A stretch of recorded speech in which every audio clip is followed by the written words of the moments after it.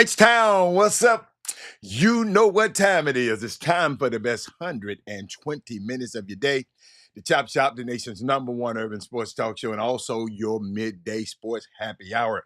Yours truly, Robert Hatter, alongside Jim Hicks, coming to you live from Houston, Texas, but we're broadcasting all over the world via Facebook Live and YouTube Live. And today is Tuesday. It's going to be a great, great day. It's oh my goodness, my goodness, my good. I hope you had fun yesterday. People, y'all, y'all crazy. Y'all crazy. Y'all think we crazy, but y'all crazy. But had fun yesterday. It's gonna be fun today. Somebody trying to text me. Nope, I'm not talking to you. Uh, I'm talking to you. But today is Tuesday, and I don't know. Let me shout out to my guy. You know what? Let me show. This is just a moment of gratitude because I got some people. Let me tell you something. D. Holcomb, Rod Wells, Daryl Anderson, Tyrone Caldwell, Jeremy Davis, Sterling Creeks, Brandon Wheatfall, Frank Miles. Uh, man, I thank you. Eric Boone. Gentlemen, I thank you. I appreciate you. And I know some of y'all say, well, Robert, you don't need. Yes, I do. I'm grateful. I appreciate because when I see y'all pop on the screen, uh I know y'all some busy men. Y'all can be doing anything in the world y'all want to be doing. And when y'all take out this time uh to sit in, and come and join and be a part of the chop shop, it's that is moody. It seriously, it warms my heart, man. Cause I know, and y'all know I can be going anyway. That's be doing anything right now. So but I have a passion to do this. I don't know what other people do stuff like this for, but I have a passion. I got stories over these last 8 years that uh helping change and redirect people's lives and the things they're doing, relieving them of giving them some things to think about and laugh about before they go into chemotherapy. Just a whole lot of stuff over the years that some of the email is popping in my mind. Some things I can share with you, some things I can't. People think enough. Michael Smith, Thaddeus Moody, they always sending me stuff. And just stuff to share on the chop shop and it's just unique, man. It's a unique uh ethos that we build here. This is something we built. This is not something, and our only weakness is we don't share it enough. And the people that do, I ain't talking about you. Our and the people that do, we need to share more. Uh, when I think about it, I think about it. I got a partner. We got a partnership that I want. I would love to happen. We got guys out here doing remarkable things, and y'all don't know it because they won't advertise. Y'all, let me tell y'all something. If you got something you got doing, Mattress Mac told me a long time ago. He said, Robert, these people think talking about they can't afford to advertise. He said, I can't afford not to. And I'm just sitting back thinking about it. You got business owners, you got people that, and y'all, when we do talk about businesses, we got to be intentional. We got to do like these people did out here in California. The golfers that I was playing with, they said, "Oh, I didn't even know it, man. We going, hey, we coming all over there at the same time. It ain't gonna be a wing on that damn truck when we leave there. And it didn't hurt nobody. 40 people, it didn't hurt. We got to understand we got strength in numbers. That's why we have to share this show. We got to get more people that's like-minded like y'all. See, everybody, it ain't gonna work for. We got to get some more Thaddeus Moody's. We got to get some more Eric Boones. We got to get some more Frank Miles. We got to get some more Brandon Wheatfalls. Brandon Wheatfall ain't been watching this show a long time. We got to get some more Sterling Creeks. We got to get some more Jeremy Davis. We got to get some more Dale Anderson. Man, if I can duplicate Rod Wells, D. Holcomb, Bruno G. In my family. Okay, Bruno G. Okay. What's up, Bubba? Hey, but those are the kind of things that, because think about it. If y'all listening every day, that means something is of value on this show. So why not share? Quit being stingy. I know some of you don't want to share your wife. You don't want to share your car. You don't want to share.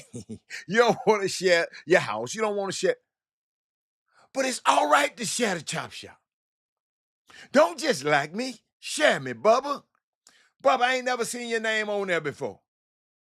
Oh, Giovanni is in your family tree. Nikki Giovanni, I'm gonna talk about her in a minute. That's my girl. That's my girl.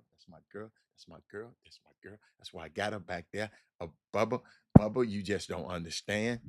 And I'm gonna share some of that with people who, Bubba, when I was a young man, I heard about it, but didn't nobody just didn't give me. You know, I went to a PWI. I didn't go to a HBCU, so I didn't get a full fix of some of these heroes like Nicky Giovanni and one of my favorite guys in the world. And his birthday was on the 29th of last month, and we wasn't on the show because it happened last week when we was off the show. But on the 29th of November, I tweeted it out, one of the greatest men that I've ever experienced and read about, Adam Clayton Powell passed. That was his birthday. Excuse me, that's his birthday. And I'm gonna tell you, just like we celebrate all these other people's birthday, November the 29th need to be on every one of y'all calendar marked in red. November the 29th, Adam Clayton Powell's birthday. And I'm gonna share a little bit more about him. I guess today I got to, because I don't want to get it too far past his birthday. But his birthday every day with me. This man is just unbelievable. And I didn't know nothing about him, y'all, until the pandemic, around the pandemic area. I started studying a lot of African American studies. I was taking a class every Saturday because, you know, when the pandemic, I wanted to do something. It was an online class, and I said, "Oh, I'm gonna take it." And I learned a little bit about this man, and it's just out of all the people that I've read and learned about, he is the most amazing human being that God ever put on this planet. For such a time as when he was on this, it's just unique. I didn't say it was perfect. I just said he just amazing. And Nikki Giovanni, I'm thinking about her. I remember one of her favorite quotes. She said, "I hope I die warmed by the life that I tried to live." In her collected poetry, she was a poet, you know, was deeply saddened by the loss of this iconic Miss Nikki Giovanni, a trailblazer, a poet, a cultural leader, who fearlessly spoke truth to power. Um, at 81, she leaves behind an extraordinary legacy of artistry and activism that will inspire generations to come. Rest in power, my queen. And y'all got to realize, legendary poet, revolutionary voice of justice. And I'm gonna let you hear some of her stuff in a minute. Has left this earth, leaving an irreplaceable void. Her words, bold and unapologetic, like y'all see. When I study people like this is why I got an unapologetically way of speaking. I want to ignite movements like she did, heal wounds like she did, and inspire generations to rise above oppression like she did. She was a poet of the people, capturing the beauty and complexity of Black life uh, with unmatched grace and power. Yes, I'm talking about Nikki Giovanni, if you just tuned in, Big Coach. And her passing is a profound loss to humanity, but her legacy is internal. Nikki Giovanni's voice will continue to echo in mind and in the hearts of a lot of people, all who seek justice, love, and liberation. The world is a better place for her presence and forever changed by her artistry. Um, I never forget. Uh, he said, "I make music for the couple." Shout out to Bubba Seeds. Cindy, how you doing?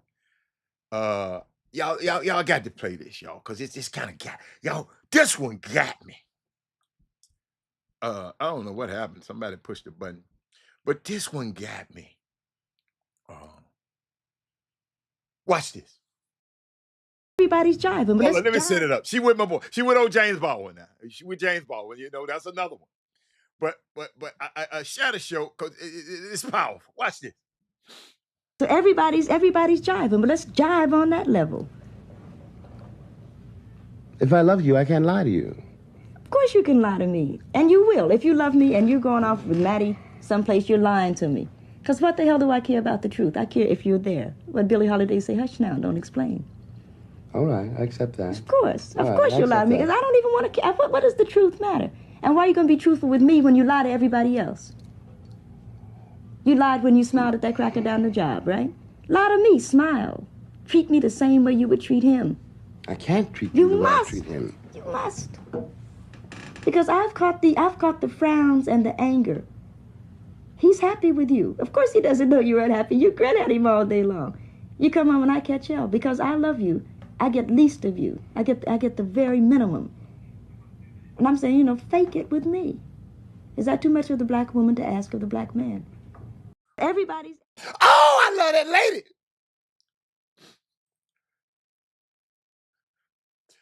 I love that lady. Bub, Big Coach. You know why? She got a million of these things, y'all. But I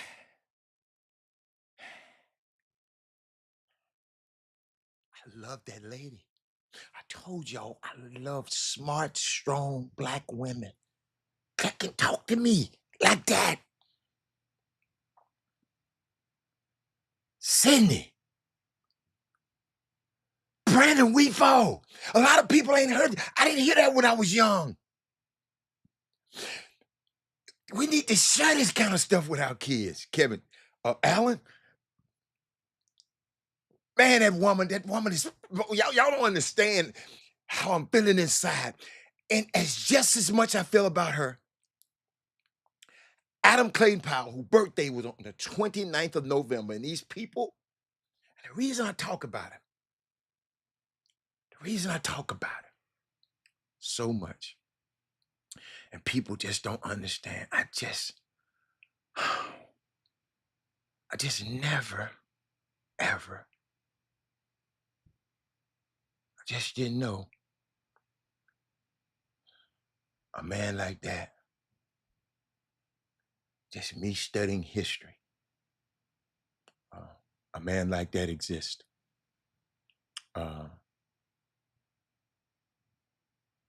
It's amazing. Y'all, I'm thinking about Adam Clayton Powell right now. It's his birthday. And I'm trying to, birthday on the 29th of November. The show wasn't aired that day. And I think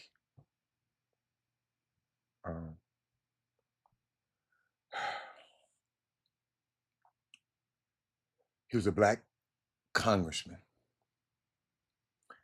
And y'all, the reason I'm pausing now, gave you Nikki Giovanni. She passed away. 81. Powerful. She impacted me with what she said a minute ago. But this man, Adam Clayton Powell, was a black congressman who also pastored this huge Baptist church in Harlem. All the things that were done in the civil rights movement, he had done in Harlem 20 years before. The bus boycott, the boycott against public utilities, he did that 20 years before the civil rights movement. He was the first to use the black church as a political instrument as well as a spiritual institution. Talking about Adam Clayton Powell, November the 29th was his birthday. And I should have celebrated it on Monday yesterday, but I'm doing it today because we was out on the 29th. And like I said, mark this in calendar in red, ladies and gentlemen, because he's that important. I'm finna tell you why. Powell, he came up with the Don't Buy Where You Can't Work campaign. Powell, probably more than any other African American, changed the 20th century for black people. What we know, like I said, as the civil rights movement, he did 20 years before the civil rights movement. I got to repeat that because some of y'all probably don't get it until you go study him. Adam Clayton Powell was responsible for the blacks driving buses in Harlem 20 years before the Montgomery boycott. He led the boycott of Con Edison. That's like your Reliant. They wouldn't hire blacks. Michael Smith, Brandon Wheatfall, Big Coach, Sidney, Sidney. Who else? Somebody else just said he began creating black banks and credit unions. I ain't finished yet. He led the boycott of Con Edison, y'all. They wouldn't have black. That's the Reliant wouldn't have blacks. So y'all can know what I'm talking about. He had the blacks cut off all their lights on Tuesday nights. All the black people in Harlem, cut off your lights on Tuesday night. They call it Black Tuesday. Cut off all your lights. We're going to be in the dark. And force the utility companies to hire the first blacks. He told them to pay their light bills in pennies. Michael Smith, Big Coach, Brandon Wheatfall, which jammed up the pay station. So out of frustration, they hired the first black Con Edison people to help that load because of Adam Clayton Powell. Today, most Con Edison workers today are black, and that's a tribute to Adam Clayton Powell. The telephone company.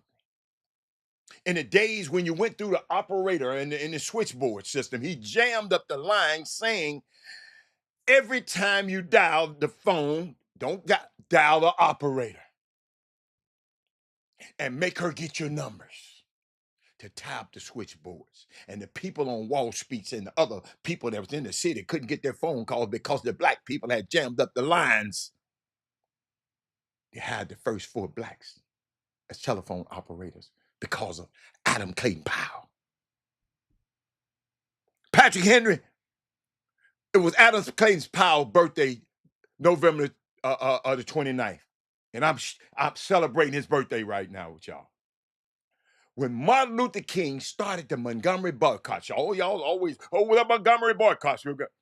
He said publicly, Martin Luther King did, he said he learned the tactics by reading a book called Marching Blacks by Adam Clayton Powell. Marching Black was written by Adam Clayton Powell in 1944, Aaron Wilford. I'm celebrating the birthday of Adam Clayton Powell right now. Not only did it outline the civil rights movement, y'all, in the early 40s, when most blacks were not even calling themselves blacks. They wasn't even Negroes in the 40s. They were calling them coloreds then. to show you how far advanced he was, he let Malcolm X speak at his church. The war on poverty was to Congress, or was put to Congress by Adam Clayton Powell. He started the war on poverty. The minimum wage bill, he started.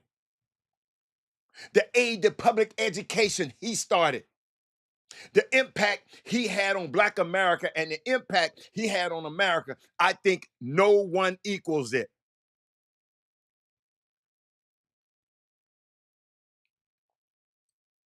And y'all, Erwin Wilf.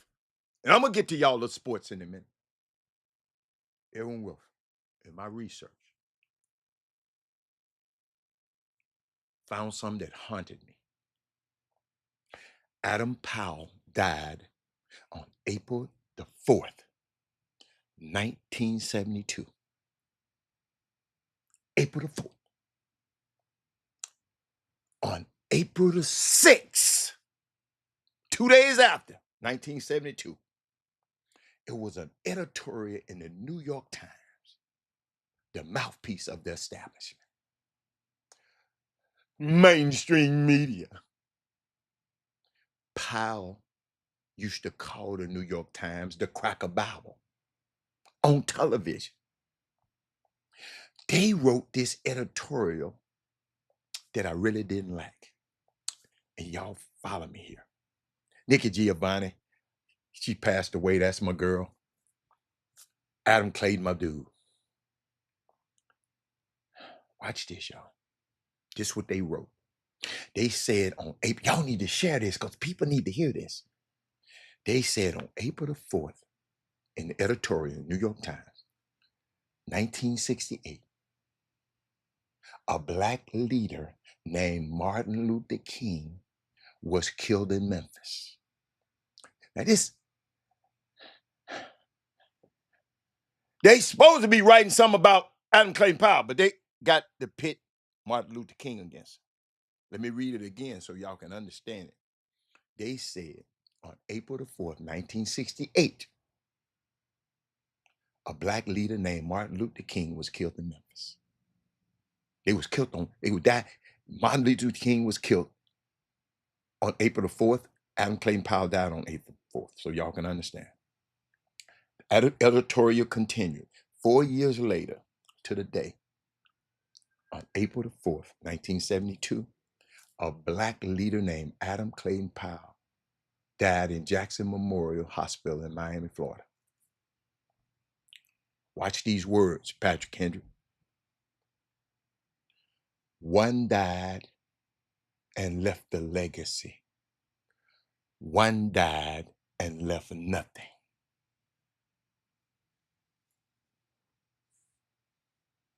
I've never resented something more in my life for them to even suggest 2 days after his death that the man who changed the life as we know it for us and for other Americans that were poor left no legacy. See, this is what happened when we listen and let them write our stories.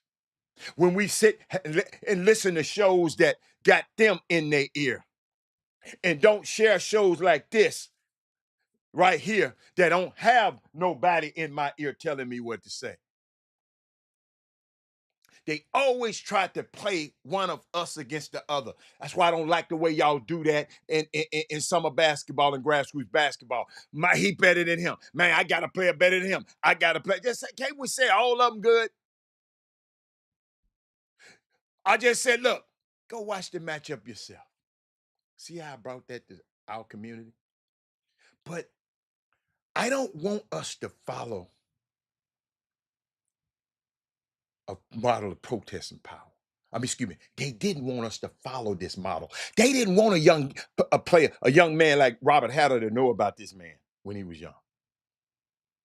Because they don't want us to follow a model of protest and power. This man was powerful, y'all. He was in Congress and the pastor of the largest church in New York. even if they'll accept protest, y'all know y'all not supposed to ever have no power. That's all I try to speak on this show. Us using our power. Y'all better share this show. And I know some of y'all on this show don't like power. These some good white folks. I got a question for all of y'all. These some good white.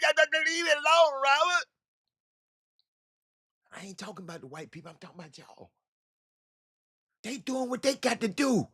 When we gonna do what we got to supposed to do? Adam Clayton Powell preached power. That's why they say he didn't leave a legacy. Shh. Yes, he did. Economic power and political power. And he did it. And he never bowed to them. Aaron Wilford. Adam Clayton Powell's birthday, November 29th. I celebrated every single year that I found out about it. He was defiant. One of the facts of Powell's life is he made a speech at Howard University in 1963, where he was the first one to utter the term Black Power. James Brown said, "Say it loud, I'm black and I'm proud." Adam Clayton's father said, "Black Power." And when you asked him about it, he said, "We must seek audacious power." Y'all, white people wanted to erase him from history. They never wanted us to emulate what this dude. When y'all go back and study what this dude was doing, and what bothers me is we let people do that to us. That's why I don't let people come on this show and talk negative about people. We had a guy in this community, everybody mad at John Uri. I wasn't going to let y'all come over here and talk about this black man. Now, y'all talk about some of the things he did, people can make a choice. But y'all ain't finna come just defame him and talk about it.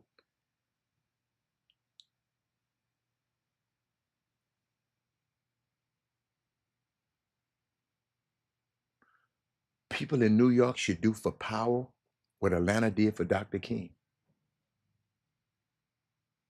Because power, in concrete terms, more than anybody, he did more than anybody. His birthday, November 29th. That's why I'm talking about this right now. It's amazing to me how we are able to reduce a man that I don't care who you name. He did more. And they have tried to erase him from history. Some of y'all on here ain't never heard of him before. I know I hadn't. We tried to erase his footsteps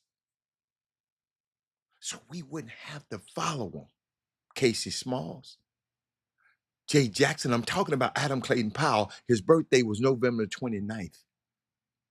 And the show, you know, we didn't have a chance to do it last week. For some reason, the show wasn't on. That's right.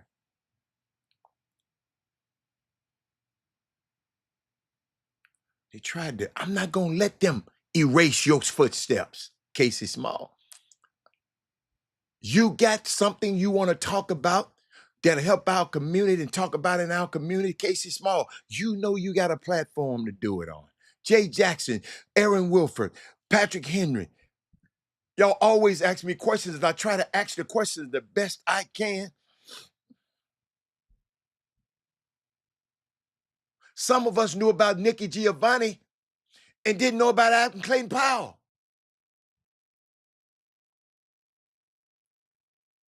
But it ain't your fault. They was trying to erase this man's footsteps. In Congress, he made poverty a priority. He made it training a priority, manpower, training development, Adam Clayton Powell. He began training and educating a whole new generation of black people because what? We weren't being trained to do nothing. That's why we didn't, what? They ain't trained to do no jobs. So he said, all right, let's train them. Do y'all hear what I'm saying? I want your kids to know this guy. I don't want your kid to grow up like I did without knowing who he was.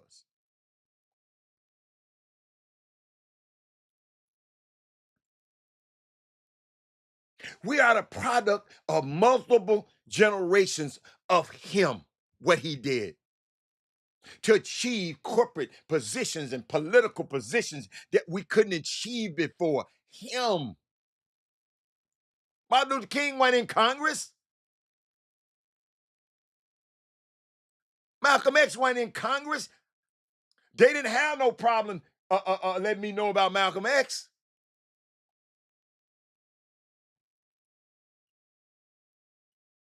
And I love Malcolm. That's the first book I ever read from cover to cover. Ladies and gentlemen, he introduced minimum wage, so they had to at least pay your minimum, a basement of what people can make as a working class, black and white. So he benefited all people. His aid to the arts, public education. That's why these people trying to tear it down now. Powell changed society. We're governed because responsibility. He said we're government because we're responsible for our citizens. He the first one that came in there. Them other people didn't care. Y'all know when he first came in there?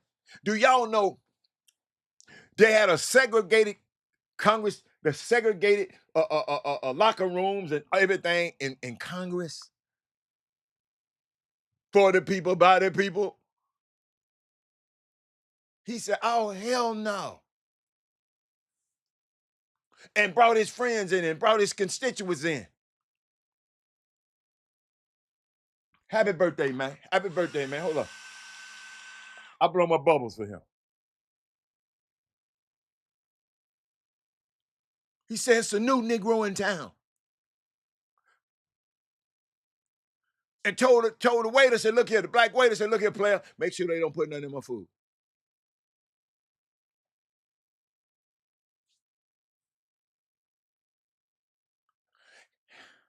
Government today, they don't care about people. It was Adam Clayton Powell that legislated government's responsibility for the people.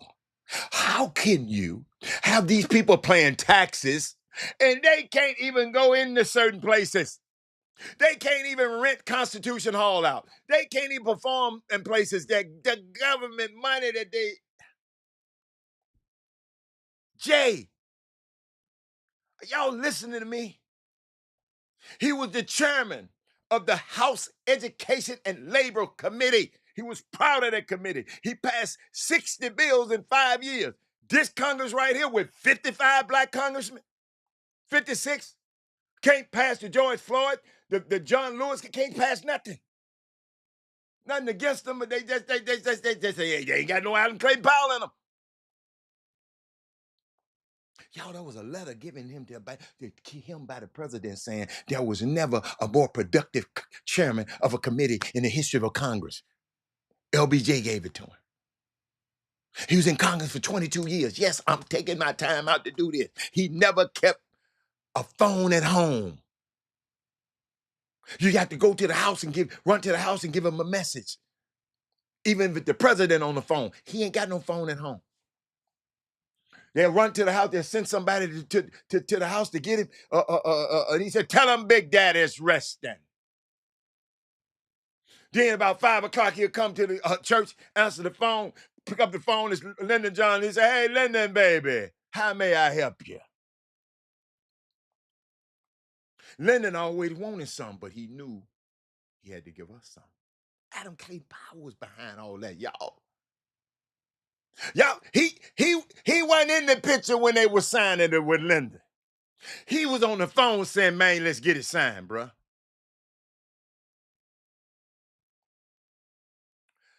And somebody asked me a question yesterday. They said, Robert A. Smith, they said, Robert, I'm talking about A. Smith. I'm talking about Adam Clayton Powell. I just talked about Nikki Giovanni. She passed yesterday.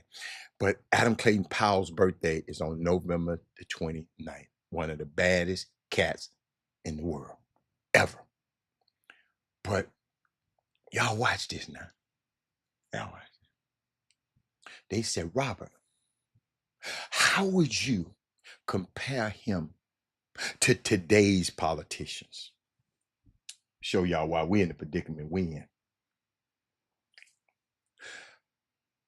I said, you can't compare them. So why? It's like comparing a light bulb to the sun. The sun operates on its own power and lights up the world, where a light bulb is cut on and off by others. Politicians, they are cut on and off by others. They do not operate under that energy that Adam Clayton Powell did. They're not even in the same world as Adam Clayton Powell, and some people on this feed ain't never heard of him before. I think this is a disservice to his memory to even mention them and him in the same breath. I think white America succeeded in the generation behind him to erase him, but it's my generation that must redeem him. He knew that he served people, and they would vote the way that he told them. They couldn't vote him out. Them people in Harlem said, hell no. Y'all think about this. Have this ever happened in Houston? This man, he was the chairman of the committee. He brought the whole committee from Washington, D.C., and had a meeting, a congressional meeting outside in Harlem, so everybody in Harlem, up on the balconies, everybody could be in on the meeting. He never sought approval from anyone but his people. Are y'all hearing me? Happy birthday, Darryl Barnes. Happy birthday, Darryl Barnes. But Darryl Barnes, I'm talking about, November the 29th was Adam Clayton Powell's birthday. Your birthday today. Boy, you in good company. Y'all around the same couple of weeks. He never sought the approval of anyone but his people. Robert Hatter never seeks the approval but of anybody but the people in the boom room.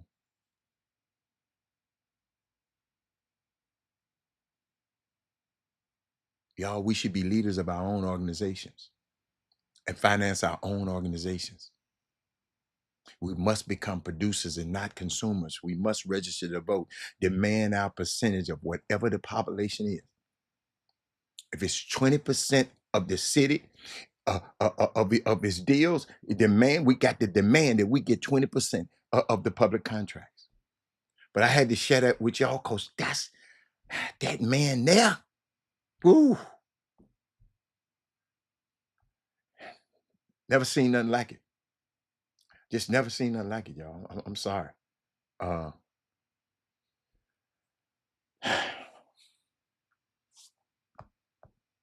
Blew me away.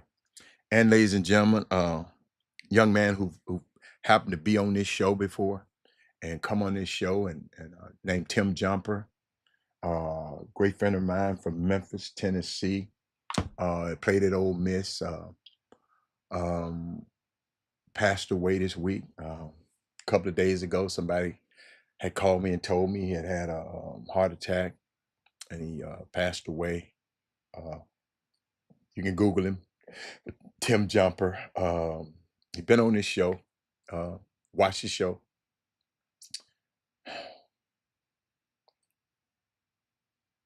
Y'all, we are maturing. When we have guys that you hoop with, you not competed, but in the same industry with, because I don't compete with nobody. I dominate.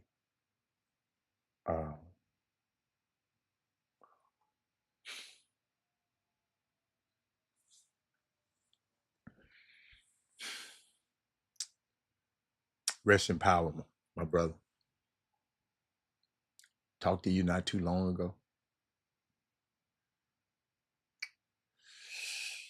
I'm gonna leave that alone. Leave that alone. Leave that alone. But some drama going on in Philadelphia. I ain't never seen nothing like this before.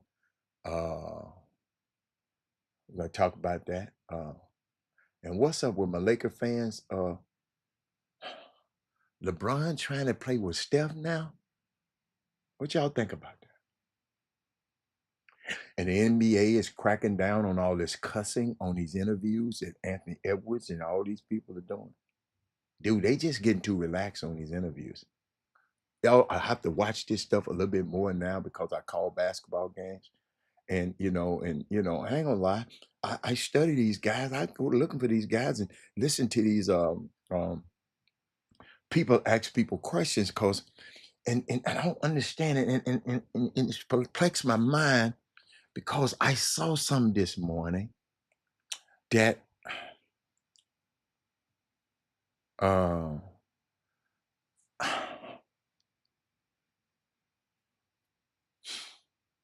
I saw the weirdest interview this morning. Ladies and gentlemen, I'm not an expert at this stuff.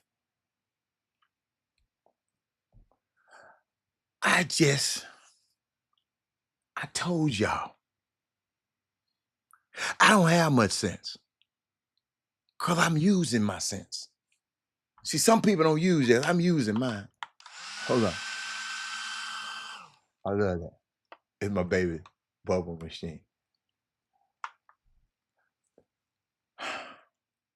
I sit and watched an interview this morning because normally I don't watch the shows, other people's shows, but I told somebody to text me and time me when AJ DeBancer, the number one player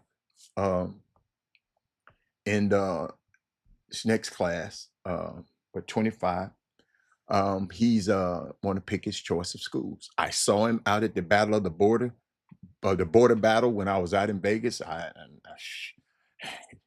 You know when people talk about people and say you this and you this, and when you show up and he that.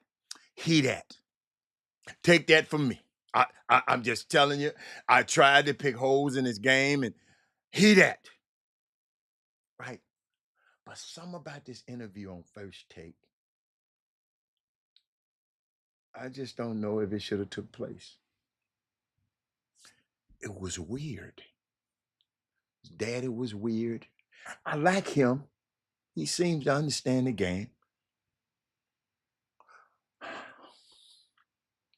But nobody, y'all, I'm not the professional as Stephen A. Smith. He got awards, he got $100 million contract coming out. I'm not, no. I'm just trying to say, Lori, had an interview this morning. And he said he's going, took off his shirt, the worst kept secret in the world, and said he's going to Brigham Young. He's in Utah. The reason I say it's the worst kept secret in the world, in case you don't know, he's from Boston. But he go to high school in Utah. Boston, Utah.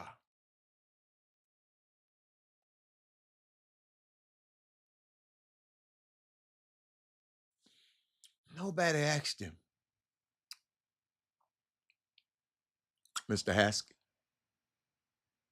how in the hell you wind up going from Boston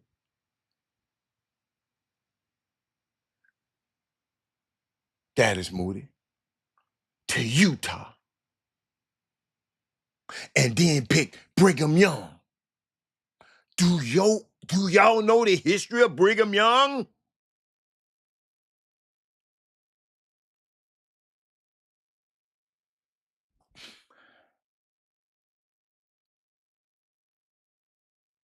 Our people perish from lack of knowledge.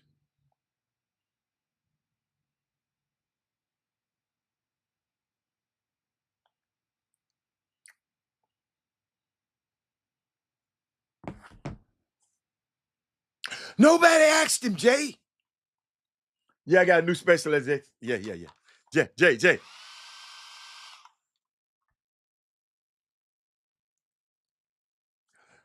Then the young kid says, where my man at? Where's my man at Landon R1?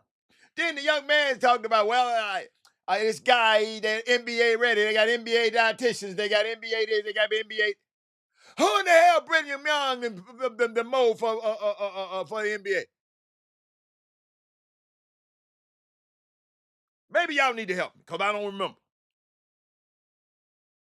I thought that was a little disingenuous. Homeboy. Every guy that got a bag, man. I get sick of y'all people just always talking about bags. Everybody, every state got a bag. A big coach. Big coach, you've been on this show too long to keep having these elementary ass answers.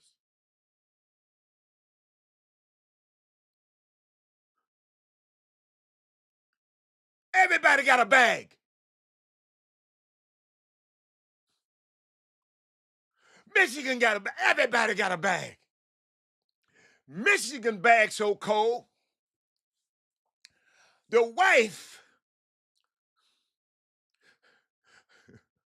of a billionaire went to Michigan and she said, I'm tired of my team losing. Told her husband. He said, call somebody, baby. And whatever you need, I got it. Larry Ellison, one of the richest men in the world. He went to Illinois. But he said, whatever. That's why that Underwood, that quarterback went up to Michigan. Everybody got a bag.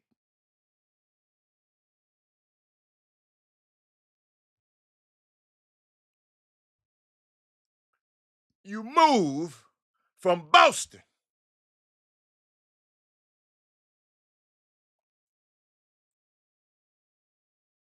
to Utah. Have you ever been to Utah?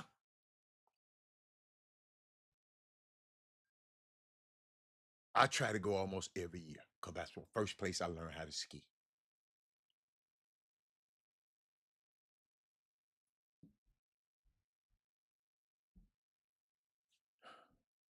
Everybody, money.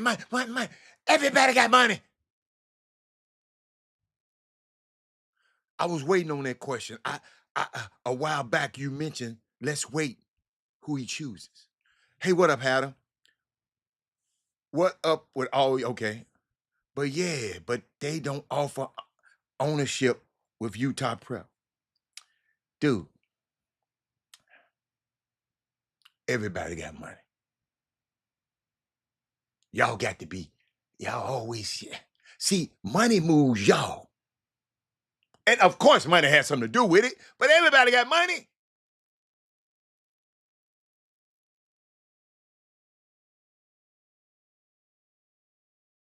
Jeff Bezos got more money than all of them put together.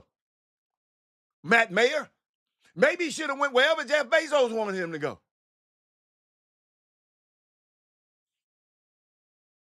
Larry Ellison's wife just said, Larry Ellison got enough money to pay him way more than anybody in Utah can pay him. Steve Ballmer.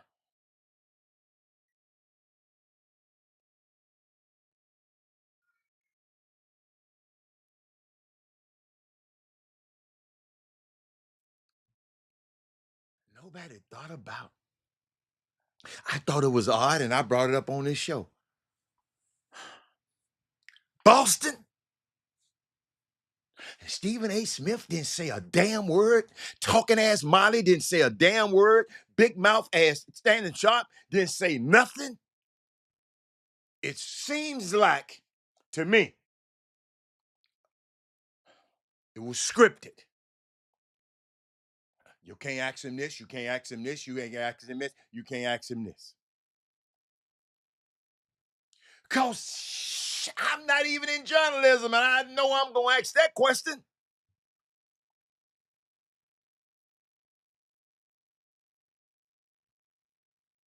Now he talking about they don't offer ownership with Utah Prep. Man, Man, get the y'all ain't never heard of no damn Utah prep before that boy went out there. Hell y'all talking about Utah prep.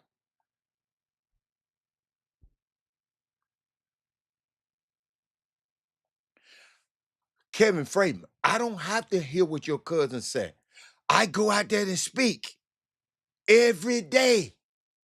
I mean, every year I go. One of my Park City. Been to the Sundance a movie festival. He said, speaking with Ace, the bouncer, AJ's father, the Tribune. I don't care what. See, the Tribune reported that there were schools that offered the family of $1 million for AJ to play for a single year.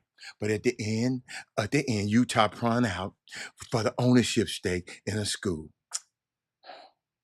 If you believe that shit, Matt, I got some beachfront property in 3rd Ward I want to sell you.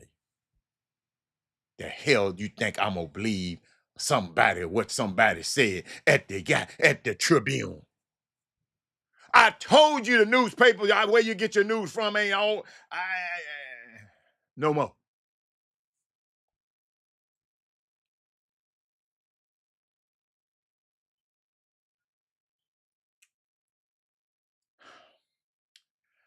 I don't care about a Massachusetts player having a history going around the country. I'm talking about this dude right here. I know you just got on the show. You don't understand nothing we're saying. You just come on here commenting. I told you, read the room before you come in the building.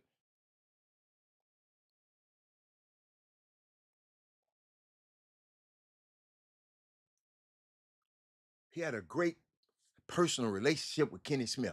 What has that got to do with him going to Utah?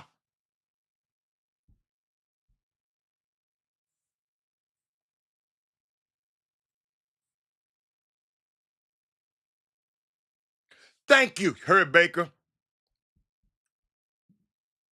Y'all got to play some. I'm going to let y'all hear this mess. I hope they don't flag me for it, but let me let y'all hear this mess. Coming into Brigham Young University. Brigham Young, BYU. Yeah. Cougars. Go Cougs. Wow. Congratulations, guys. Congratulations. First things first, why BYU? I mean, a lot stood out on my visit. Obviously, Coach Kevin Young there. You know, my ultimate goal is to get to the NBA. Mm-hmm. And, you know, he coached one of my favorite players, my favorite player all time, Kevin Durant. And he had high praise about him. So, I mean, I went on my visit. Head coach all the way down to analytics guy all the way to the dietitian is all NBA staff, even the strength coach. So, I mean, if it's all NBA, I'm trying to get to the NBA. I think it's going to be the best development program for me. Shannon, go ahead. Shannon Sharp is on. AJ, I know you want to be the best AJ you can possibly be, and you mentioned Kevin Durant. Is that one of the players that you pattern your game after? KD, my favorite player. I take a lot from his game, but I don't think I play like him. I think he really one-on-one. Okay. So who do you play like? I play like a mix of Tracy McGrady and Shea. Shea Gilgeous-Alexander. Oh, okay. Yeah. All right. So you can play point, even though I watched you the other day. I watched some clips of you the other day playing point guard. Play point forward. All right. Okay. Yeah. Okay. Pops. Yes, sir. First of all, it's a pleasure to see you again. Thank you for coming here to do this. And congratulations. And congratulations, of course. Thank you. How do you feel about your son's decision, and what kind of a player would you be? Playing point guard. Play point forward. I had to take it off, man, because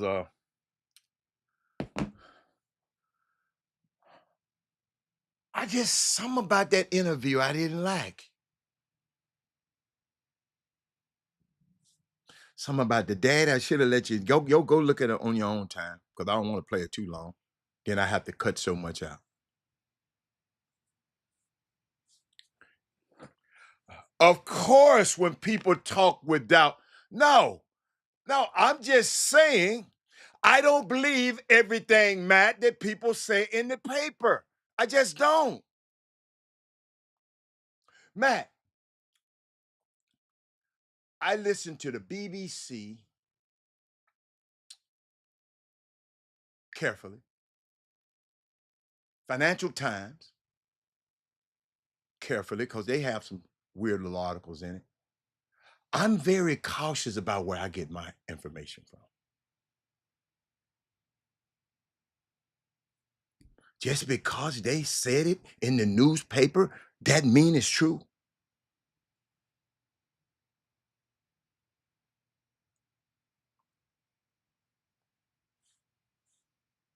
Shit. Tony Busby, and they've been printing all this stuff about Jay-Z. I don't believe it. Matt, I'm just a little different from you. I'm not gonna go by one source and put it up on this feed. I'm gonna go find 5 or 6 sources that collaborate that right there and try to get close as I can to the family and the people. That's how I do, Matt. But my responsibility is different. But when you put it up on this screen, you expect for me to see it. So I'm gonna say something about it. So don't put it up on this damn screen if you don't want me to say nothing about it. How about that?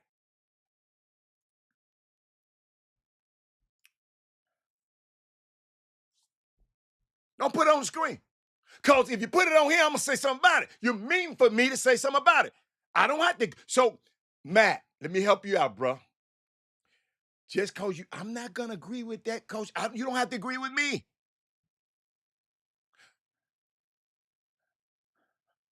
Just because you done got an article out of the Tribune and some off somebody's tweet, probably. Show me something else. Give me something else.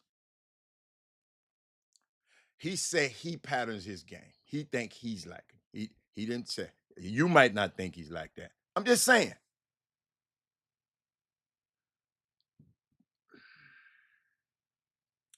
That man said, at least he in the Big 12. You can see him play anywhere. That don't mean he gonna play Houston. Jeremy, I promise you that was the weirdest ass interview. Y'all don't understand. I don't go watch the shows earlier. My partner said, man, I said, text me when the interview come on. Because he said, you got to see this shit, Rob. I was so disappointed. Ain't nowhere in the world. I send my son to Utah. Brigham Young. I'm going to study Brigham Young. I'm going to study Utah. I go there and ski and get my ass out of there. I've been in the airport out there, Matt. When Michael Jordan hit that shot on pushed up Byron Russell, I was the only black person in the whole airport when I got on that plane. I'll never forget it. I stayed by the gate because I connected. I was connecting. But I guess he ain't gonna be there for 6 weeks. 6 months.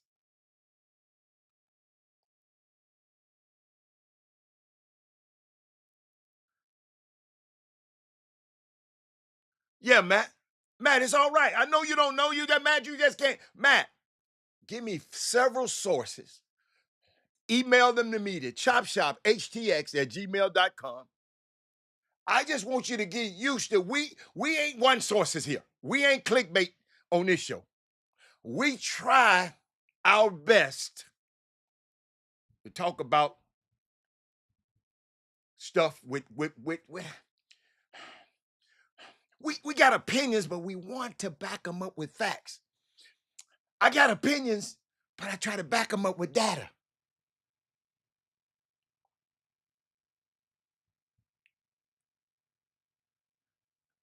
Yes, I was in Utah. Look, hey, y'all gotta understand, our All-Star game was in Utah. Matt, I was coming down. What was the name of this? What's the? You know, because they got different slopes. That's my favorite slope. My pot.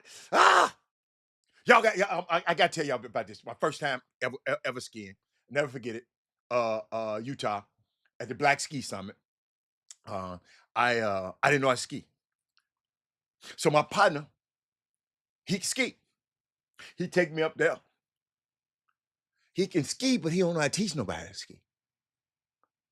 See, y'all, we got some people can play basketball, but they don't know how to teach the game of basketball. It's too different. Nothing against them. They can hoop, but they don't know how to relay it to the 12 and 13 and 14-year-old. They got talent. They blah, blah, blah, blah, blah. So I go up there, coming out. I didn't have no success because he didn't know what the hell he was talking about. I'm mad now because I want you're teaching me wrong. I'm busting my ass every time. I took my skis off, walked down the marble, never sit my head down there. Didn't nobody come. Everybody up there skiing having fun. And I'm down there by myself. This old lady was sitting next to me. She looked at me. She said, "What's wrong, baby?" I said, "Dude, don't know. I just probably trying to teach me how to ski. I'm telling a story." She said, you might can't ski, but your outfit off the chain. Because Nike had sent me. Y'all, I was there for 7 days. They shipped me some stuff. 7 days, I had a different outfit on all 7 days. And I'll never forget it, but they sent me skateboard gear. I mean, not skateboard, snowboard gear. I didn't know the difference. Shit, it kept me warm. Everybody telling me, you're a boarder? I said, no, but you got boarder gear. I said, dude, they sent me this stuff. So, lady, but didn't nobody come down. Wasn't nobody feeling sorry for me. So, what I did, never forget it, Thaddeus. I went walking around there, man. I'm gonna find somebody. Everybody talking about I said, I got to find me somewhere, a class, somebody, so I was in this one class, and it was too many people, and I kept messing up in that class. I didn't want to be in a group of people. So I had to find me one person. So this one dude was getting off. I said, player, I know you're getting off. I said, do me a favor, man. I need you to teach me. I can't let these girls talk crazy to me in their class. No. He said, man, I'm about to get off. I said, man, come teach me. Y'all, me and him went on another mountain, ladies and gentlemen, and he showed me the basics. He told me to trust your turn. The slope is your friend. Trust it. It might look like it ain't going, but trust it. He kept showing me. And he said, it's so easy for kids to learn because they trust everything you said. I said, dude, I'm finna act like I'm a kid because I can't let these people beat me. Absolutely, Trey. I can't let them women see me falling. You're absolutely right. I was too sharp. Yo, hold on. Yo, your boy, because he taught me what? The fundamentals. He taught me how to pivot. He taught me how to shoot a free throw. He taught me hand placement. He taught me everything that y'all just said. Man, just lay the ball up. Just do this here. Just do this here. The man said and told me to trust the mountain. I'm listening. I'm hearing him now talking to me. Trust the mountain. Trust the mountain. Yeah. Turn. Commit to your turn. Because your turn is your brakes. If you coke straight down, you're going to kill your damn self. So turn. That's why you see people turning every time, because that's the brakes. Yo, the next day, I'd already paid for that class, but I didn't come in that class no more because them girls was beating me, y'all. They was better. Trey, I come to that class the next day, I ain't told nobody because they left me. All everybody left me. They wasn't thinking about me. I come to that class that next day, they all over there, waiting around the class. I came down the hill a little bit. I got there early. Hey, Rob, I pulled up on him, I went in there fast on him and said, skirt, turned sideways and skip. And they were looking at me like, yeah, I didn't graduate from that little old class. Y'all in. I'm gone. Y'all from that, no, it's not Jupiter Peak. Y'all I'm going to tell you in a minute, y'all going to have to understand, man, how that made me feel. I ain't tell nobody. Y'all the only people know. that I went and hired me a dude who was about to get off. And he went and showed me. It don't take long, but you got to show people the right way instead of saying, man, he was trying to demonstrate. That man was, you got to know. Y'all, let me tell you something. I went from a beginner on this trip because you start off on the bunny trail. That's when I went first. Then you go up to white. Then you go up to blue. Then you go up to the black, then the black diamond. Before I left there, I could ski on all of them. I don't like the black diamonds as much because they had them the moguls that goes up and down. I don't know how to do the mogul skiing yet. I didn't like all that bumping and bumping and bumping and bumping. And so, but I learned, let me tell you something. It was one of the greatest experiences that I saw failure walking down that hill. But the next day, I had triumph. My self-esteem, I bought drinks at the bar. I don't even drink. I said, y'all drinks on me. My partner said, nigga, how you do that? I said, man, I ain't telling you how good I got that quick. So, I mean, I don't know how we got in it. Oh, we was talking about Utah. But that was but another unique experience happened though. What happened was, trying to see how they did it. They were using that as a test for something that was the Olympics was coming to Utah. So they were using a lot of stuff. So guess what happened? Hillary Clinton was on the slopes with us.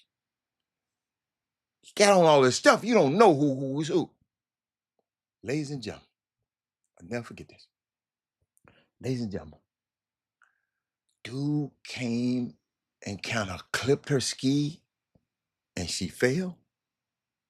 He didn't know who she was.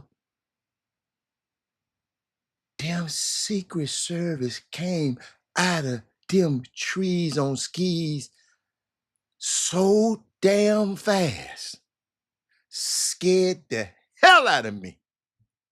I said, what? Y'all, it was like she fell, whoosh. I said, boy. So I guess, I don't know why she was out there, but I guess it had something to do with the Olympics because they was using us as an Olympic, because they had to, shuttle the people in and out. So it was an Olympic test. So I'll never forget, that's the name of that slope, and I'm going to think about it in a minute. Sonya, I'm talking about Utah right now. Talking about Utah. But back to AJ the Master. Then he had a Red Bull. That was corny, the Red Bull, jump out the plane with the hats. That was corny.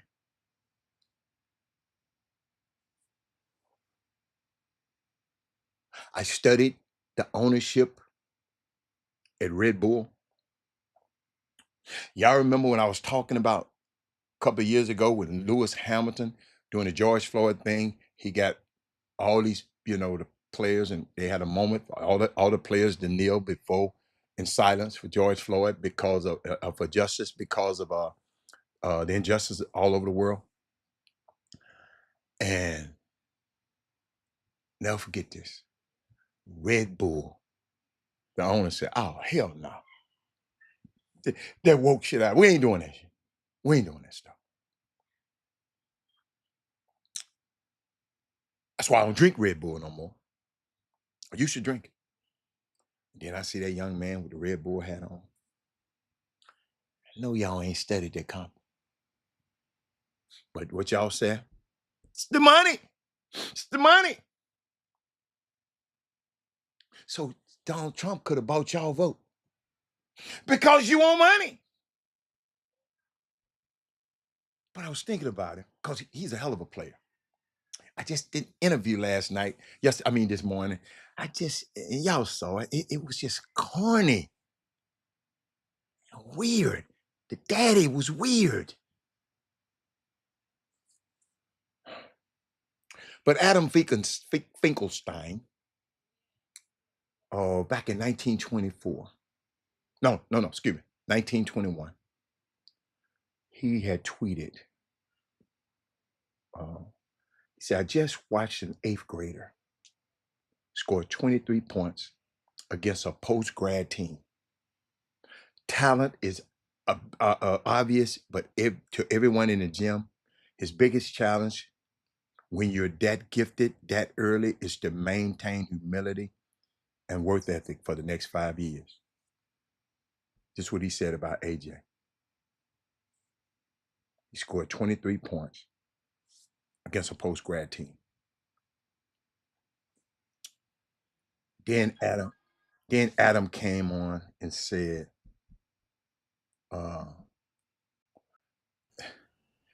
then Adam came and tweeted yesterday. He said, tomorrow will be 3 years to the day the first time I saw AJ advance to play in a high school basketball game. He was listed as an 8th grader at the time. In 12/11/21, he said, I just watched this 8th grader. And ladies and gentlemen, I got introduced to him. He went to, and I know Jimmy got introduced to him. I don't know if that's the first time he knew him, but I got introduced to him at the NBA PA camp, where I saw the video of him talking crazy. I thought he was just talking crazy to the kid that played for Houston. What's the kid? Jabari Smith. Telling him, dude, who your hero? You like Kevin Durant? I'm gonna treat you. I'm gonna do your hero moves on you and bust your behind. This is a little high school talking to a pro. I talked about it on the show. I think I told you about it. I said, Jimmy said, well, I saw it in person. And I said, y'all, I knew he was good, but his attitude, but I want y'all to understand, I saw the video. And I played a little bit of it for you. I like the kid. I really like the kid, but it was some about that interview on Stephen A. Smith and them do not need to do that again. Because somehow somebody told them it's certain things you can't ask us. And that's what it seems like, because he's too good of a journalist not to ask some of the obvious questions that all of us want to ask. So I just thought it was weird. I thought it was a weird interview. I don't know if you saw it this morning, Jimmy, but I thought it was weird. Somebody called me, Jimmy, and said, man, you got to watch this stuff. He said SHIT. And I watched it, and I said, I just thought it was weird. I just thought it was real. But what's up, man? What you got? So what's going on, guys? Share the show right now. Take out the time. If you haven't done so, I know y'all been lollygagging. Share the show. You've been slipping. Let your people, let your friends get in on this conversation and get these comments, the boom boom room bumping. Now, real quick while we're on the topic, of course, AJ, I jumped right in, man, right on time. Didn't even realize it. But what are 2 questions that you would have asked? First, I would have said, how in the hell, y'all from Boston,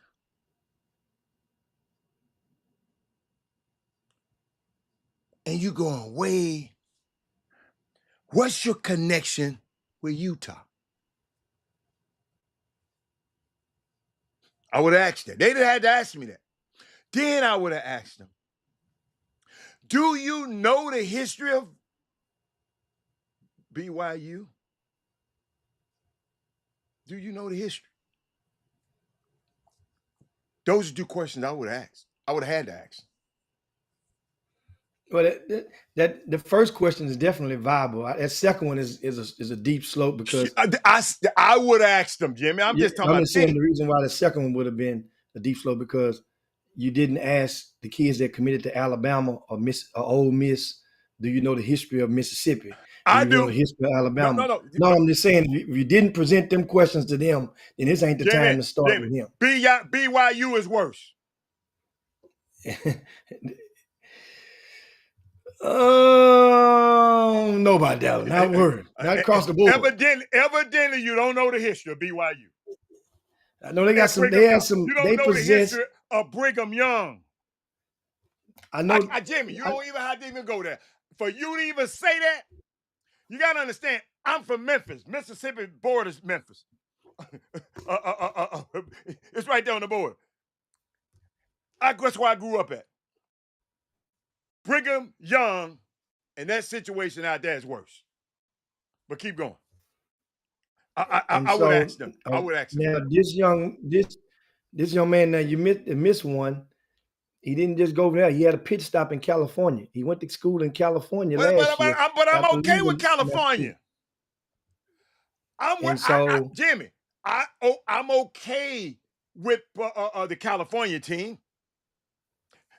Come to California. I'm in California. I love California. But I've been to Utah several times. No, sir. No, sir. One thing about this young man is that it was evident for those within the inner circles of amateur basketball, the BYU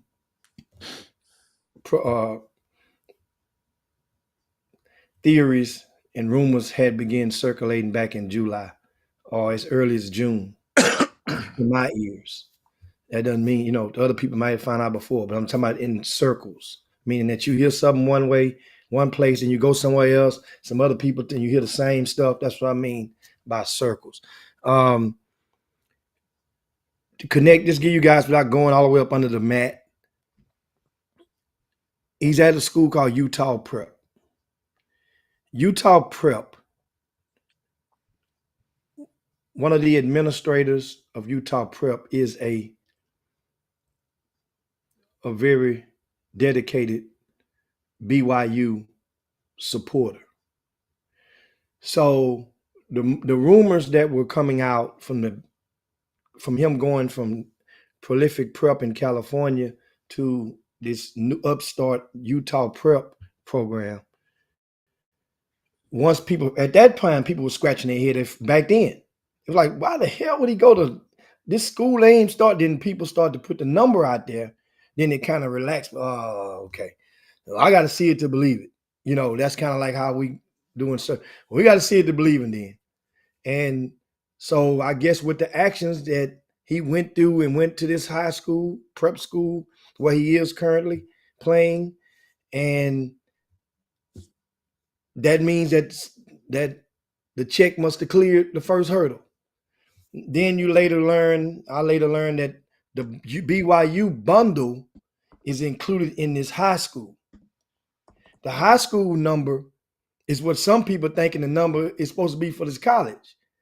Guys, I just couldn't believe the number at first. I don't even care about the number. I was like, I got to see it to believe it. I don't even care about the number. Well, sometimes that provides a certain degree of understanding when you say, oh, okay. Well, I see now. Yeah, I would have done that too. So, but the high school number was around 1.5 million for him to go to the high school. That's not counting the endorsement, the NIL stuff. And as you can see on the show today, the first thing that caught my eye then on that side of the fence, the media side, is I saw the Red Bull in the intro video that they had to show. That was part of the deal. Keep going. They had to show that, obviously, or they wouldn't even show it. You know what I'm saying? You gave Red Bull a free commercial on the deal. So then he came out with a hat with the big Red Bull logo on the ski cap. What did him and Demi? He been a sponsor for them. He been a no. I'm just saying, but that was the ante is upped for Red Bull that's double. That's not the only endorsement that he has. No, but I'm just telling you, Red Bull won. I remember that. So his number is right around with his endorsements in high school. Is right around $2 million. He's expected to get nearly 5 additional for the BYU deal, bringing this deal between $6 to $7 million. Unheard of in basketball, in his ranks, but Hell, just a week ago, 785 million was unheard of in baseball, in Major League Baseball. We're in a new time right now. It's a new, and obviously, I think how you mentioned it a couple of years back, and it was when the collective bargaining agreement in the NBA had been revolutionized from the 51 versus 49%.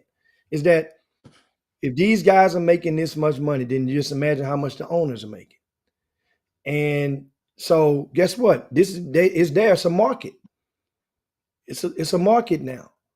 Now, just the pressure is on this young man for him to perform and live up to expectations, because some people went out there and said he's the best thing that they've seen in high school since LeBron James. So that means expectations. For those who trust those mouthpieces, Somebody and has they said going that to you? I've never heard that. no, that's been out there in different descriptions from not me. I'm just saying I've I'm never just talking heard about in different reports and different descriptions. Because what happens is it's like a lot of people had never heard of this guy until today. Everybody don't follow high school basketball as much as the next person. Some people that may watch First Take all the time never paid attention to this young man. So now they're probably Googling him and watching videos. And he probably increased about another 100,000 followers on social media probably after today because of that appearance. But the fact still remains, at BYU, it felt to me during the video, during the conversation, it felt to me that he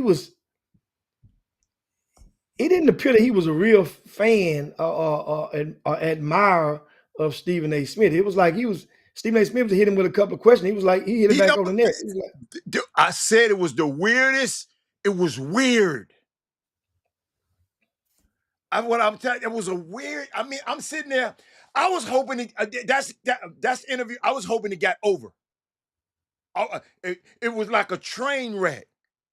And Molly couldn't. I mean, nobody could bring it back. It was gone. The daddy was dry. The kid was kind of snarky. It was weird, man. It was a weird. First thing I said, man, I wasted my damn time watching this mess. But I think if Shannon would have been in the studio, he would have loosened him up a little bit. Nobody loosened him up, and that was one thing. Jimmy, It's them like, pros, man. They supposed to be pros. Wait, don't what you say? They pros. That what you call it? The #1 rated show in the world. They pros on that set. but everybody can't talk to kids. And I do understand that part. But Everybody they didn't talk to the daddy right. Yeah. They didn't talk. The he daddy trying was to flip. dry. I promise you, I think this happened, Jimmy. And Stephen A. Smith too good for this. And I got to give him the credit. They done told them everything they can say and they couldn't say. It seemed like they was handcuffed just to get that damn interview. That's what it seemed like to me. And y'all, I've just been around this industry for so long that it's just when I see some bull crap, I kind of know it a little bit, y'all. I'm sorry. It's an innate thing that sometimes, because all my friends who call me, I said, man, I talked to him after the show. I said, man, I can't believe you had me stopping what I was doing to watch that bull crap. It was terrible. And maybe Stephen A. Smith and them was handcuffed from what they could say. It was scripted. It was scripted to me. It didn't have no substance. It wasn't, it ain't made me say, man, I like him. See, young men, anytime you have a national artist on what you say, Jim, the #1 show in the world, you're trying to appeal to people who have never seen you before. Just in case you didn't know, just in case we have somebody who's watching this show whose son is good enough one day, when you have a chance, that's why I was so upset with Anthony Edwards for coming on a Netflix special with an ugly ass hoodie and some pants and some ugly ass sneakers on. Because that went all over the world. I was a press junket that you probably won't never be able to get that particular press junket and reach people you never be reached. You got to be addressed appropriately. And nobody told you to do that. Well, I had to get on a plane afterward. Yes, we'll have your plane gear right there ready for you when you hop in the car when you get to the private airport. So, but that particular instance, man, he wasn't prepped for it. Maybe he wasn't just prepped. Yeah, they didn't prep him for it. Utah prep didn't prep him for that, Jimmy. But Jimmy, me and him would have brainstormed all. Hey, man, I want you to come across. You got to come. You got people like. Let me tell you something. People like certain. People want to have something they can hold on to. And when you have a chance to captivate him, you got to captivate him. And to me, he did. He lost me. He lost me. That's how I felt about it. But we can move on. Yeah, that's it. Now, of course, don't forget let me straighten basketball. let me straighten up Paul Miranda. I'm not boycotting Stephen A. Smith. I just watch it after the show. But somebody said, man, they called me they said, man, come on at this time, go watch it. So I saw it, and it was the biggest waste of my damn 5 minutes. I was a waste of 5 minutes. I could have did something else. That's all I'm saying, Paul. So Paul, when you I just had to straighten up Paul. You know, he on the show today, Jimmy. So all right, Paul Miranda. He getting on my nerves right now. All the DFW fellow brethren watching in Chop Shop. Make sure you guys share the show with your timelines, to your groups and your friends and whatnot. We college football bowl season officially kicks off this weekend. Man, that's quick. And it was yesterday. I had noticed something that, and I'm going to send an email out today, and I kept yesterday's paper. And I thought maybe sometimes, when you get a certain age, you get to reading, you kind of half speed reading, and then you don't see what you're looking for. You go back and read again a little bit slower, and you don't see what you're looking for. Now you got to read it the third time, word for word, and you still don't see what you're looking for. And it was something that was supposed to have been there. And every year in the Houston Chronicle, when bowl season, they put this section right here out. Yeah. And so this section is like it's called a bowl lineup. Yeah. And so when I'm looking, because last year we kept you guys abreast at the attendance of the bowls. Right up until the main bowls, it was a proud moment for the Chop Shop to be able to keep you guys alert, to pay attention to the attendance of these bowls. Because a lot of people hadn't really paid much attention to HBCU football in recent years until Deion Sanders got Jackson State. So then afterwards, now people paying attention. They didn't know the population of Jackson's, the attendance that populates their games wasn't as much as it was. I think Jackson State was number one of all HBCUs before Deion got there. Before Deion Sanders got there, they were the top drawing HBCU in the country. Absolutely. A lot of people didn't know that. So we was, just making a conscious effort, pay attention to these games. People go, a lot of HBCU games is like they've turned into events. What was attendance at the Bayou Classic last week? 63,000. 2 weeks ago, I mean. 63,000. 63,000. I wonder if the Saints had 63,000 in a game this year. Oh, the Saints, yeah. Yeah? Okay. Yeah. They love them songs. They love them songs. I don't understand it. They love them. I remember when they used to wear them bags on the head, and they were the Aints. But they were still in the stands. They were still in the stands, though. That's how you saw them with the bags on. They was in the stands with the bags. They were the Aints. That's what they call it. But so I noticed on this thing that, and I'm gonna email the Chronicle today, the sports department, to ask them why isn't the Heritage Bowl listed among bowls? It's called the Heritage Bowl. and you listed it last year in this. So did somebody, whoever in charge of typing this stuff in, were they ignorant to the fact of the Heritage Bowl, or did you omit them and not deem them as what it is, and that's a bowl? We also is described as the Black National Championship. Now or that's the a celebration bowl, Jimmy. I said the Heritage Bowl, then Celebration Bowl. Yeah. Celebration Bowl. It's not in the paper? Oh no. I got this. I kept this thing for a reason. And because it's in alphabetical order, and I texted to you, it's in alphabetical order. I'm sorry, in chronological order, as according to the dates. So I just texted a little. Matter of fact, it say Houston Chronicle. Make sure it got Houston Chronicle on it. So Jimmy, you can email them people about their newspaper all you want to. Ask a question. It's a good. I'm a subscriber. But that's why it's important for us to center us. You know, that's like complaining to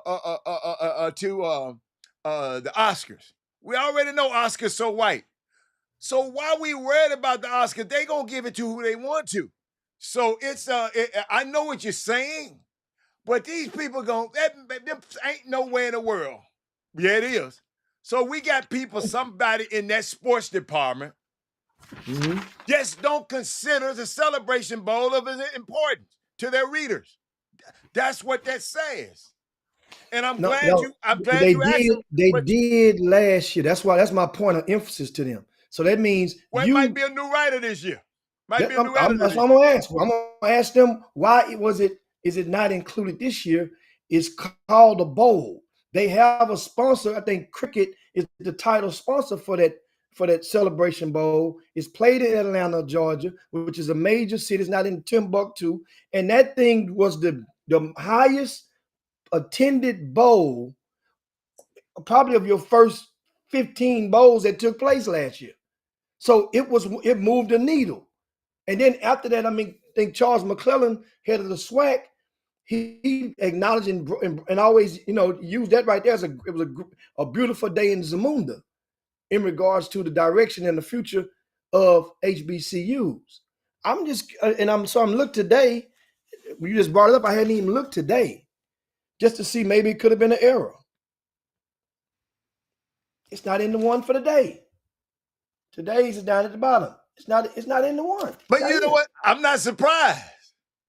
Wow. I'm just not surprised. I mean, I'm glad you saw that. I'm just not surprised.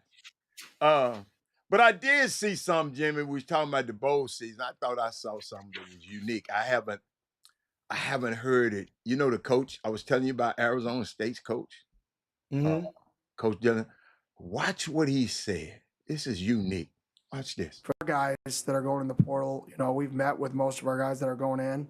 Our guys have the opportunity to stay on our football team. Like, they're like, well, we'll go in at the end. I go, no, that's not fair to you to go in after our run is over.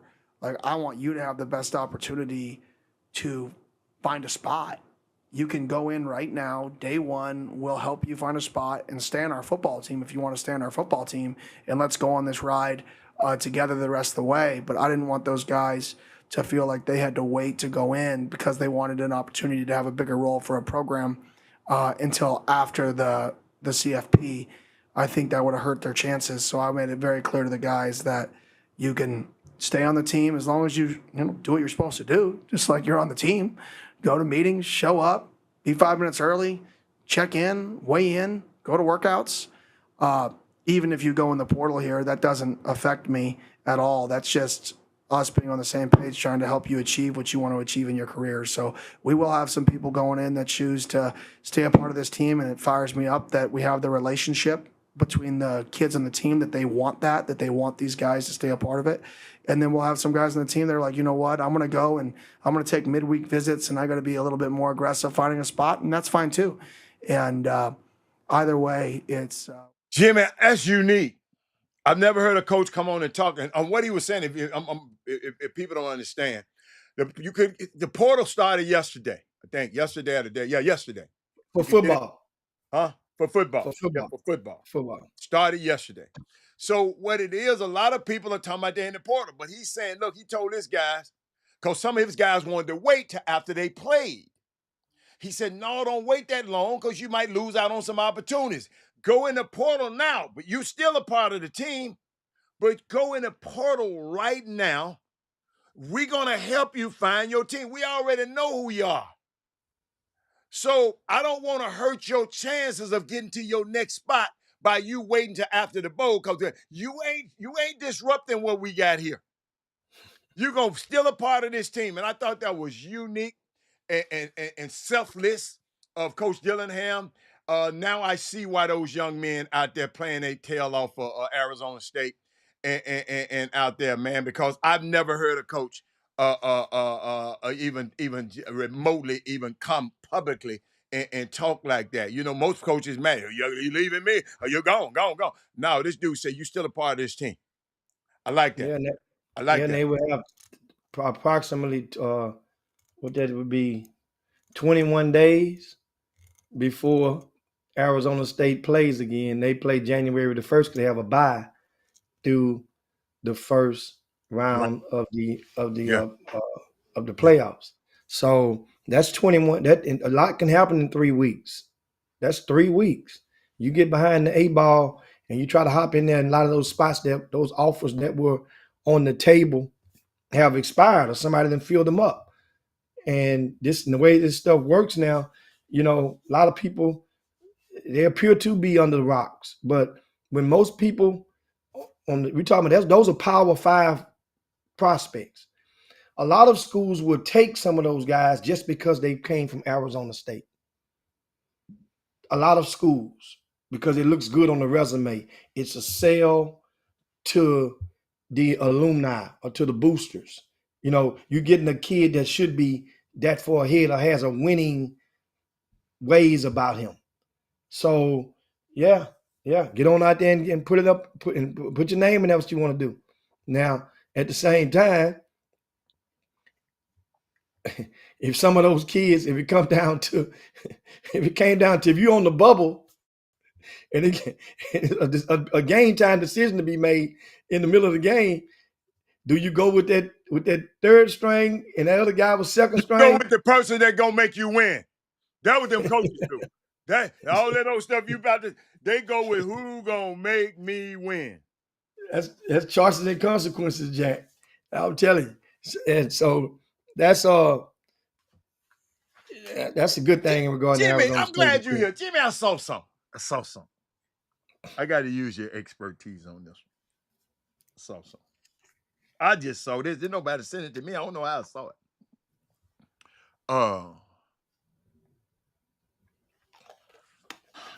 I saw a video.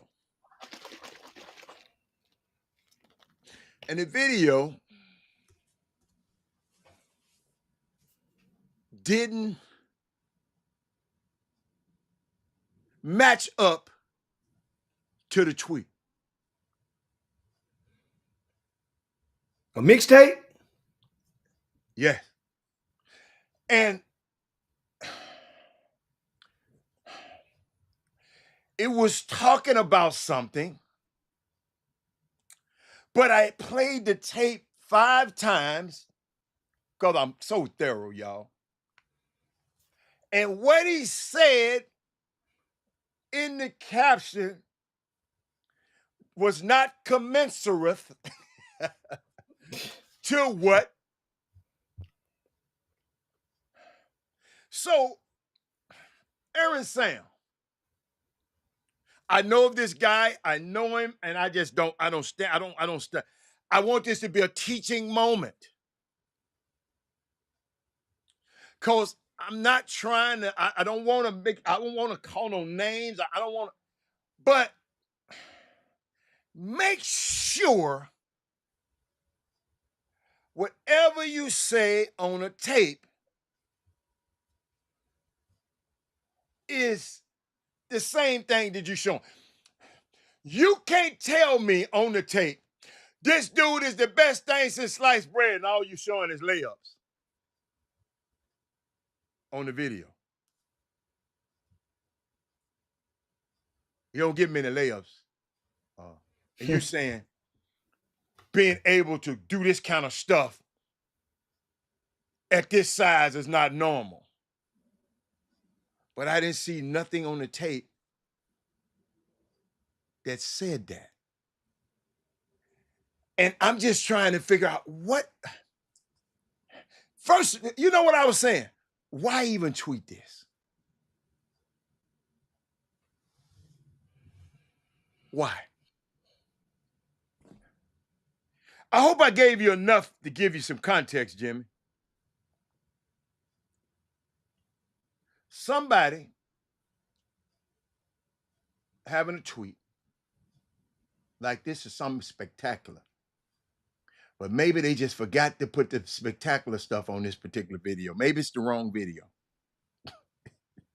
It was that bad. I just think so many guys I'm trying to find it so I can don't leave much room for these kids to fight to be great. Thank you, Doug. And Doug, y'all help me. Maybe I'm being a little too critical. All I can do, see what I try to do, Jimmy, I try to say, I'm going to pretend that I'm like my sister and them. They don't, you know, they watching my little nephew now. Watching my little nephew, great nephew, he dunking the ball and everything. But when they watch something and they see this, and they say, well, it's amazing. But it really just ain't amazing. Maybe that particular, Jimmy, this is what I'm trying to find it so I can send it to you, Jimmy. Because you know him too, but maybe they just put the wrong video out for this tweet. That would it seemed like. I'm trying to send it to you now, but keep talking. And Doug talking about he know what I'm talking about. That jug don't miss nothing. And y'all got to understand, I ain't talking about nobody. This shit is just weird to me. We just got to do better than that. That's all. We got to be better than that, man. Cause that ain't fair. Go. Jimmy, you probably used to it. I don't know. Yeah, I'm used to it. A lot of the videos, a lot of people try to type what they can and get what they call clickbait to get you to watch it. So, and that's what it is. That's a good one. Somebody mentioned that to me this morning. Robert, maybe they trying to, somebody mentioned that, but I don't know. I just ain't like that. But you, I mean, if you know, y'all watch stuff like that. That's all. If you're out there doing it, man, just watch it a little bit. I ain't finna expose you right now, but we can't keep doing stuff like that because you're confusing people. If I was confusable, my ass would have been confused on that one. Because I didn't see nothing on the video that showed me that was the same as what was going on. That's all. Let's do better. Hey, summer basketball community, nobody's exempt.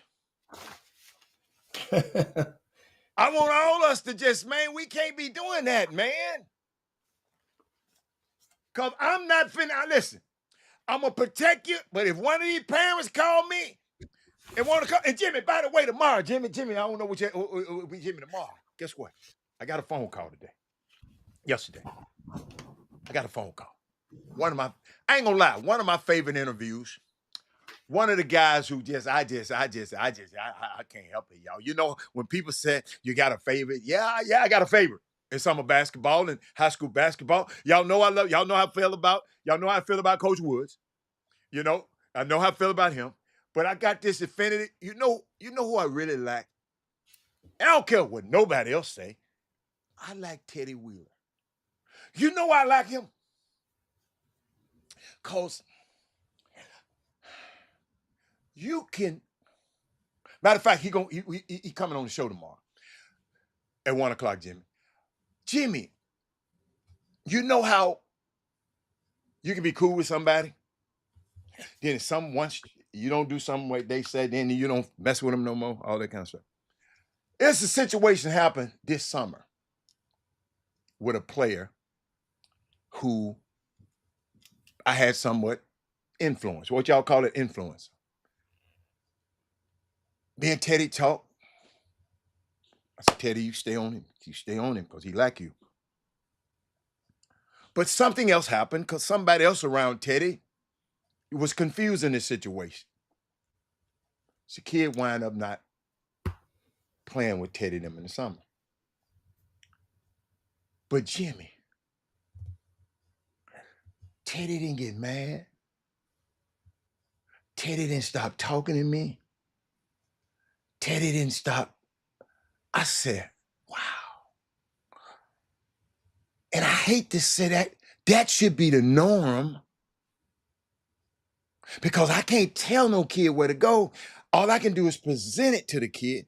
And but he was just so, he said, I understand. And that was it.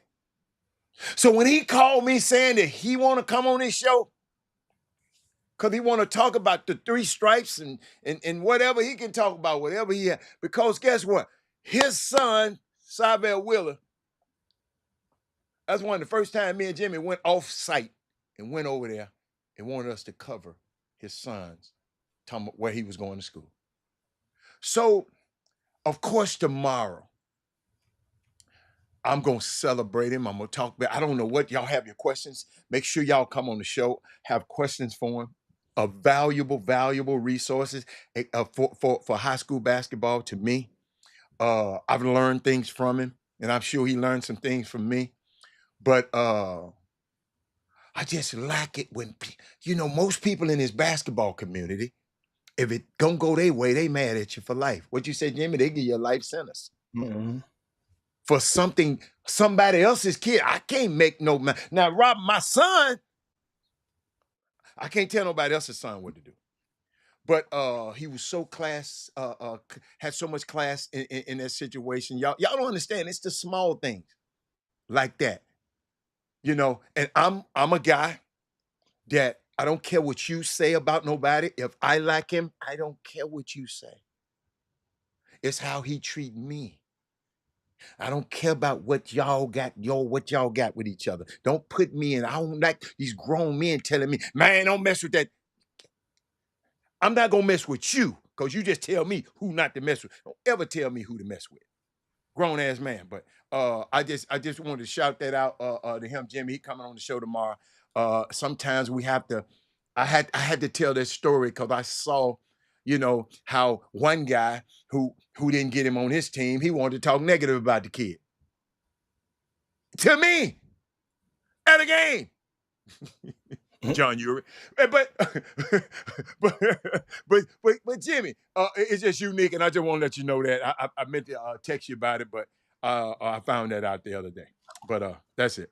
Yeah, that'll be a good combo. Great combo. And of course, you guys send your questions in, and you got for Teddy Wheeler and his program, which features his other son, Montana Wheeler, who signed with Bradley University. That is. I'm watching this video meanwhile when you was talking. Yeah. And it just didn't match up. It ain't nothing against him. It just didn't match up to what. It was so bland. The video was so bland. Just didn't match up to what the caption said. Yeah. I knew you was going to lose. A lot of times, when I remind you guys again. A lot of times when y'all watch these videos, it's often, and you see of somebody that you probably know. Most times, I've been told, and I think about it myself because I'm consciously aware, you end up watching the video more than once, maybe twice for some of you. If that's the case, I'm going to invite you guys. I can't say this enough. Try to pay attention to and evaluate the talent level of the person that's guarding, that's defending on the opposite team. I'm just please just try to do that if you haven't done it before. The videos that have the most value to me, the mixtapes, is when the guy on the other uniform, or there's multiple guys in the other uniform that are deemed to be the equivalent recruitability level. Meaning that if you are a Power 5 Division I prospect and I see a mixtape with you kicking the ass on some little opie that's going to play intramural next year in college, you are supposed to kick his ass in basketball. You're supposed to make him look like a mere mortal on the court. What the hell are we talking about? Get that film, and parents should want that film against a player whose the recruitability level is where you're trying to get to, or y'all somewhere in the other folks or powers that be deem y'all to be in a similar range. And you out there, let me get this video so now I can show y'all what I did to this guy that y'all say we the equal to. And I'm gonna show you who greater than. That's what I'm saying. That's what I'm saying. Well, yeah, and it's just weird. I mean, I'm just trying to help, man. That's all I'm trying to do is help. It just I just don't understand it, man. That's why I done fell in love with this dude named Darren Peterson, who's going to Kansas, because he went up against AJ DeBancer ass the other night and gave him every damn thing he wanted. He went up against him. You know how you talking about Jimmy? You got and gave him everything he wanted, cement himself as the number 2 player. But he was the darling of the Adidas circuit. Oh, and see, I didn't know. So AJ was the darling of the Nike circuit. Okay. And so whenever you're a guy, just like Chris Sanak that's going to sign with U of H, he was the darling of the Puma circuit. Okay. Right? So every circuit has that guy, and then whenever they get a chance to go against each other, it's like bragging rights, and it helps. It obviously didn't hurt AJ, but it helps Peterson. Oh, I'm in love with Peterson now. He's a dude now. What? Don't get it twisted. He's a machine. He got a little that Jason Tatum. I ain't never heard. He got a little that Jason Tatum in him, pimp. Yeah, I'm just telling you. So it's going, interesting thing. And of course, you guys, if you just tuning in, make sure you share the show on your way out the door. Before we get ready to land this plane, last week we talked about the NES, right? And remember those schools and stuff about those teachers, and we had the conversation about the certification of the teachers and whatnot. And I'll be doggone, in yesterday's Houston Chronicle, the headline, they must have watched the Chop Shop or something to all of a sudden write this story. Because we was wondering, that was a question out. I was like, what about this NES? And we was thinking and somebody told us what it stands for. And they broke down the spread in the NES and how it works. I'm not going to go through this because we got to get ready to land the plane, but I just want to show you guys something in this article that caught my eye. And it was, I hope you guys will be able to focus in and see this. I want to put this where you can see this. Let's get this right real quick. Look here. I got a star, an asterisk by it. Let's see. Let me put it this way. So let me get a little close. Can you guys see right there? Right there, where my finger is. Okay, I'm going to read it to you. It might not be clear. It says in HISD, around 1 in 5 teachers were uncertified at the start of the 2024-25 school year. 20% of the teachers in HISD were not certified. And yet we have the scandal. They're making these people I get it how they got their certification, but hell, they would have been teachers in HISD anyway, ones that was in HISD, because you had 20% was uncertified anyway. We're talking more on that. That's something that just. So, okay. So they didn't even have to cheat, you're saying? not that they worked in HISD. Now the rest of the people around maybe a different story. That's what I'm tripping on. You Well, that's a HISD double whammy anyway. for them, Jimmy. That's a double. I hate you even told me that. That's a double whammy. You cheated and he I say, what? I could not believe that. I'm like, wow. Dude, this anyway. I want to get that up, get that, and make sure, guys, it is definitely time to slide on down Dino's yes, back. sir. And y'all do this thing. We got to get up out of here. Make sure you share the show on your way out the door. Don't forget, get you some electrolytes up in you. That way you'll be able to go tomorrow. Jimmy, you Be ain't a good sport. You ain't check my bubbles out. Boy, I got effects over here, Jimmy. No, you took that grandboy toy and he gonna mess around. He gonna waste something else. No, he waste his bubbles out. Hey, he left it in here. Hey, he left it in here. He left it in here. I'm using it. Yeah, that thing. Hey man, that thing blow out so many bubbles, man. I ain't never seen nothing like. it. But that's all right. But we'll see y'all tomorrow, man. He said not making the same income. I think, Jimmy. This started last year with the new SI. Okay, thank you, Trey. Trey the man. You know, they're not making the same income. Obviously, they're making triple the income, but there still would have been teachers in HISD. That was my thing. But they wanted to make that extra bread, Jimmy. Which you would have had up to 2 years to get certified. The district give you a grace period to get it together. Meanwhile, it's on the job training, basically. That's my girl. Guess who getting it? My girl, Tamika. Tamika working on hers right now.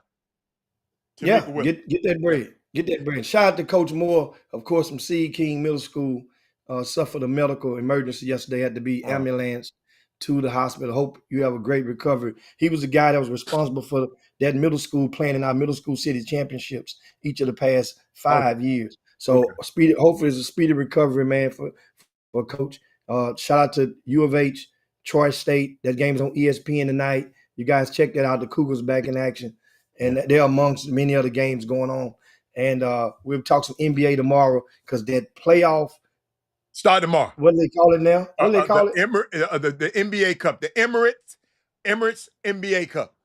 Okay, the NBA Cup starts on tomorrow for the Houston Rockets and Golden State Warriors. We'll chime in on that as well. Don't forget conversation with Teddy Wheeler as well tomorrow. Yeah. But meanwhile, as we slide down Dino's back and Yabba Dabba do this thing, make sure you share the show on the way out the door. Chop Shop, peace. We up out of here.